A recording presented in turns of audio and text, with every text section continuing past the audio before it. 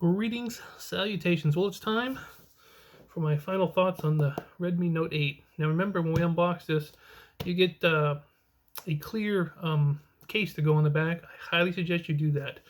You should all phones should come with that. Um, I did want to get a SIM card for this, and I did get one for it through Speed Talk. And I've got the case that I got extra with it, with the blue on it, showing off the back. The phone works great. I've had no issues with it. It actually got an update a couple days ago. I've downloaded any of the apps I want to use. They've all worked fine. When I put the SIM card in for the GSM, it's picking up T-Mobile signals just fine. There's no problem with that. So it should be fine. If you get a GSM, SIM card, you'll be good with it. The phone makes good phone calls, text messaging, no problem. Here at the house, I got it on the Wi-Fi. It's doing all the apps, it plays the games. It does everything you need to do with it. For the price point, I think this is about 199 bucks thereabouts, I think. But of course, you look around, it'll go on sale. They always do. And then you can buy a separate case. But it does come with a clear case. The clear case will take care of the phone just fine, and it does show off the back, which is blue. I actually also put an SD card in it, and it was a 64 gig SD card. It found the SD card just fine. Asked if I wanted to move a few things to it. So it comes with a 64, I believe, in it, and you can add in more if you want. But the 64 for the average person is fine. I mean, unless you're storing movies and games on here or something, or like large video files, 64 gigs is fine. But you can update it. I put an SD card in, found it no problem at all. And like I said, I just got the new update from Redmi. I can't remember what the operating system's called, but it works really good.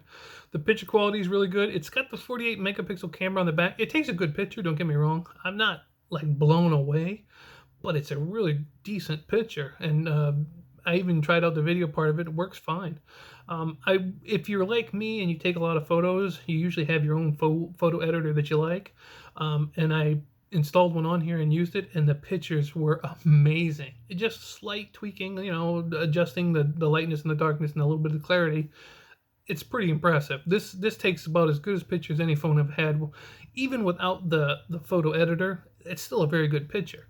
And it's nice to have that for this price point. I mean, so many people go out and buy those expensive $1,000 phones, and you're just not getting enough. I mean, you might get a little more storage space, you get a little better speed, maybe a little bit more RAM, but really, for the average person, it's just a lot of bells and whistles you're never going to use. And this phone has just worked great for me. If I was with a GSM carrier, I would actually be dailying this. This would be the phone I would use, but because it does not work on the CDMA, which I have for my provider, I can't do that. But if this was a CDMA one, I would be rocking this as my daily driver with no problems at all. It would do everything I wanted to do. It plays games just fine. It surfs the internet just fine. It plays videos just fine. Like I said, it takes good pictures. The sound coming out of it is really quite good. It's just a good all-around phone for the price. I mean, I really can't go on anything more about that. So if you're interested in it, pick it up. Once again, it's the Redmi Note 8. A little shout out to Tim over to High End Cheap Tech for sending it to me for review. I appreciate it, brother.